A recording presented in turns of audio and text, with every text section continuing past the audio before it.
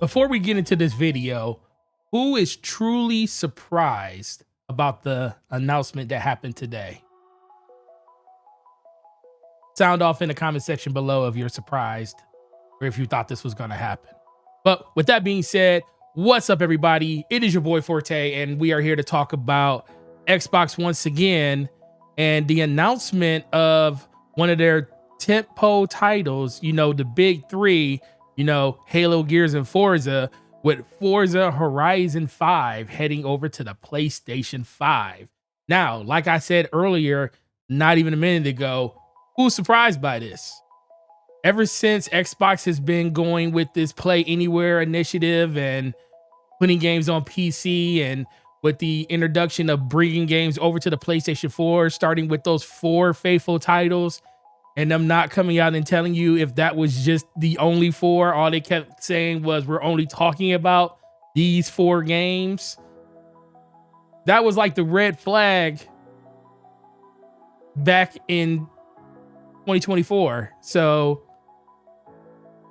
to answer my own question for myself, not surprised. Been saying this pretty much since last year. I mean, ever since they've really been starting this way. I had the one caveat on the one game that I didn't want to see go over, which was Halo, and Halo hasn't went over yet. But even at this point, for the last 6 to 7 months, I've been under the impression that nothing is safe. And there's nothing wrong with that. Xbox is making a decision for themselves to be putting these games on other competing platforms like PlayStation, Nintendo, and PC with the Steam ecosystem. So how does this make me feel? I mean, I'm indifferent to it. I'm actually happy for people that been wanting a top flight racing game on the PlayStation 5 that's an arcade racer. Because outside of like Need for Speed, The Crew 2 was actually pretty good this time around, but there's not enough of those games on, really any platform, but especially when you're excluding one of the best games that's come out. And I know some people have some issues with Horizon 5 due to the fact that it really haven't changed up the formula a lot. But for people on PlayStation, this is going to probably be the best racing game on their system. Gran Turismo is still going to be really good due to the fact that it's not this type of racer. So it's 2 different types of genre when we're talking about open world arcade racing and track-based racing. But this just basically tells me that, one of the tempos, they're going over there. So everything else is pretty much on the table at this point. And I'm not shocked, and I don't understand why people are shocked about it. So the biggest thing that we got to kind of take from this is it's coming out during this spring.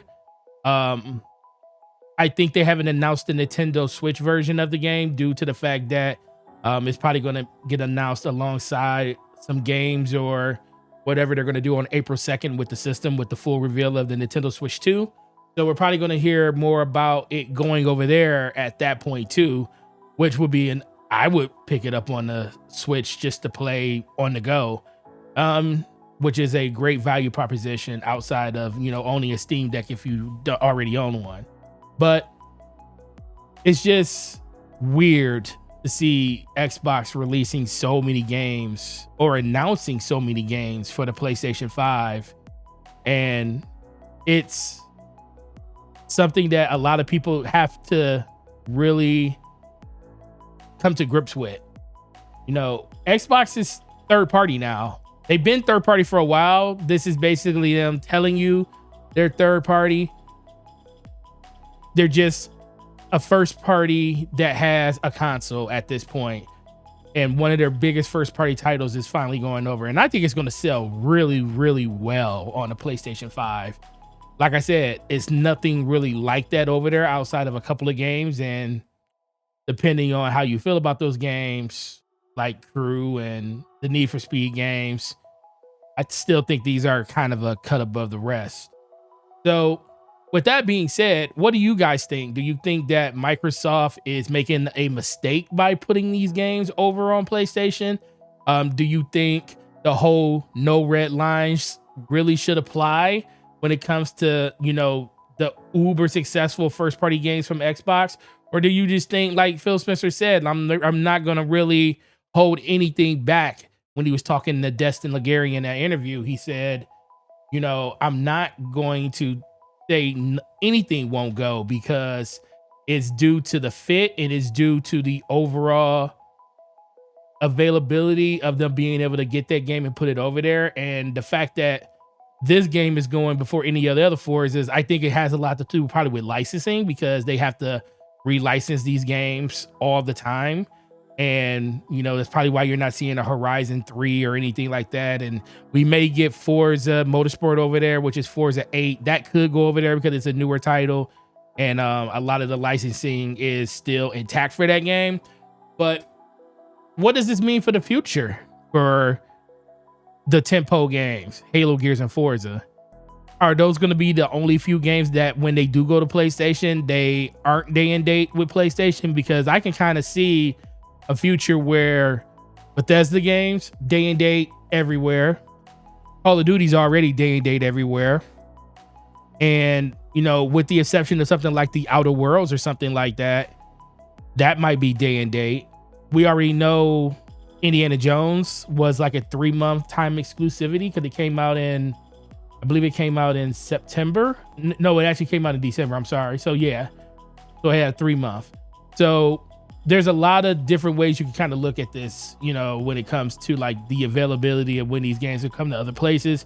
But this is the first salvo. You know, PlayStation is getting a banger when it comes to the type of game and genre that it's in, because it identifies a need that is needed on the PlayStation platform when it comes to racers. So I always felt like if Forza did go, it would be the Horizon game first. Doesn't change the fact that you can still see Motorsport over there at some point. But in general, is what it is. And I don't see why people are upset about it. We should really just be celebrating it, because this is the direction Microsoft wants to go in at this point. And I think for the most part, it's going to be something that's going to pay off very well for them, especially with this title. Not saying every title is going to do it, because not everybody's into every type of game, but I think this game fills a need for the PlayStation platform.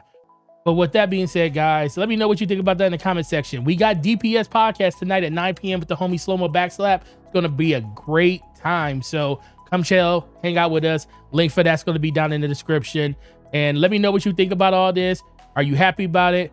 Is it something that you just don't care about? Or is it something that you've been preparing yourself for like the last year, like most people have been, or at least most people in my inner circle that's kind of known that things like this was going to happen?